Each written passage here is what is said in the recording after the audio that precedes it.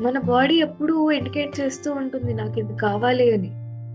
ఎన్నో నొప్పుల రూపంలో కానీ, ఫర్ ఎగ్జాంపుల్ మన శరీరాన్ని పట్టించుకోవట్లేదు. ఏదో ఒక నొప్పొస్తుంది. అప్పుడు మనం ఏం చేస్తాము?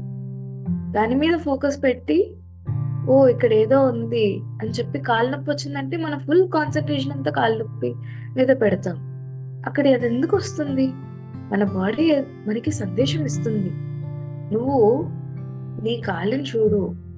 నీ శరీరం నీకేదో చెప్పాలనుకుంటూ ఉంది.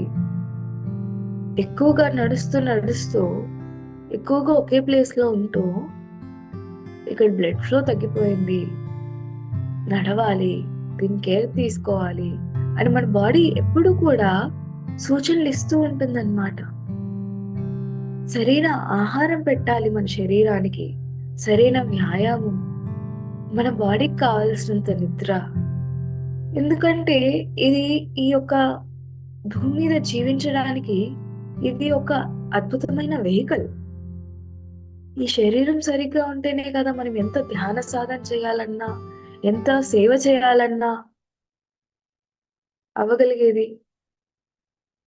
సో, మన యొక్క హెల్త్ అనేది ఎంతో సమృద్ధిగా మనం చూసుకోవాలి. మన యొక్క హెల్త్ పట్ల ఆ యొక్క సమృద్ధితనాన్ని మనం తీసుకొని రావాలి.